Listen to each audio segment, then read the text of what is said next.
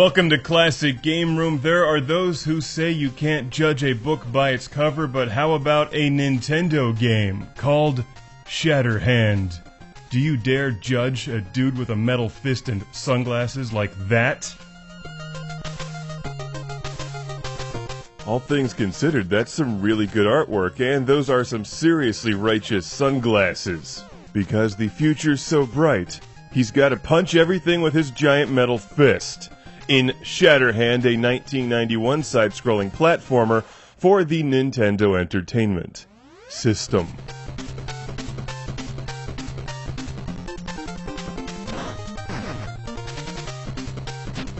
Shatterhand reminds me of Bionic Commando if the Bionic Commando decided for additional challenge to only go into combat with his fist.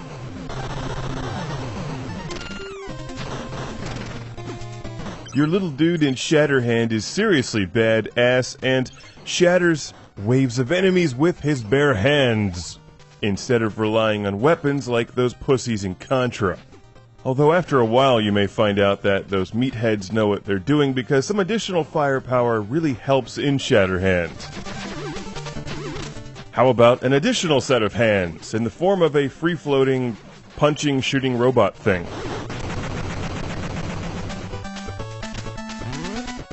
When you collect 3 of the power-ups, you get Punchy the Robot, or whatever his name is, and there's actually several variations of Punchy.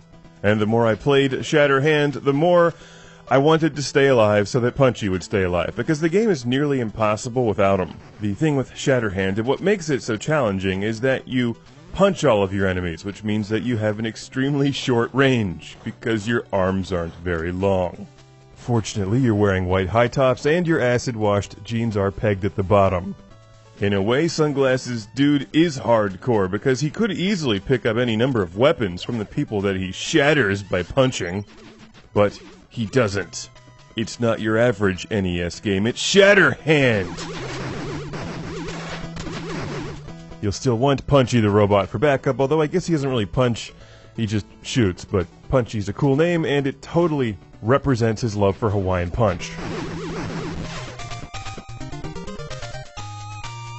In Shatterhand, you play through the first level, which is pretty easy, and then choose the rest of your adventure from these levels, and play through the game like that.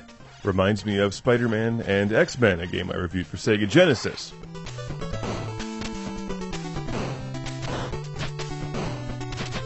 Practice the levels and find the path that works best for you. To be honest, I went into Shatterhand expecting a game to be so cheesy and bad that it would be good and fun to talk about. Instead, I find a game that is actually good and fun to play, as well as being fun to talk about. It looks and sounds a bit generic like any number of other popular 8-bit platformers, but it plays really well. In addition to scoring points, you collect coins that you can spend on health, or a new armored vest, or 1-up. And the level design, while it looks a bit bland, has some surprisingly well-thought-out, challenging enemy attack patterns that always keep you on your fists in Shatterhand.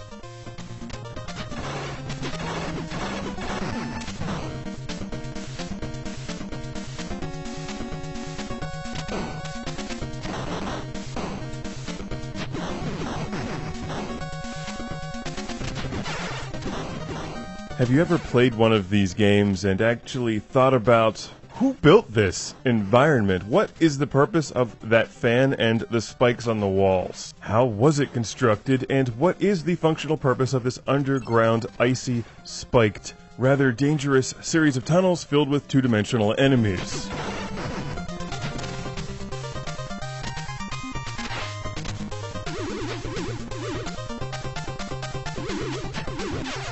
It's amazing how these games suspend disbelief so well. Shatterhand was sent to the show by our friend Matt from Glace Bay in Canada.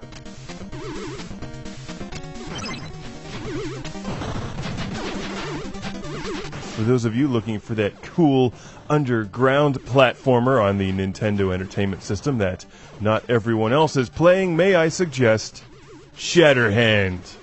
Thanks again to Matt, and it's always a good time to pound some enemies into oblivion with your 8-bit fists in Shatterhand.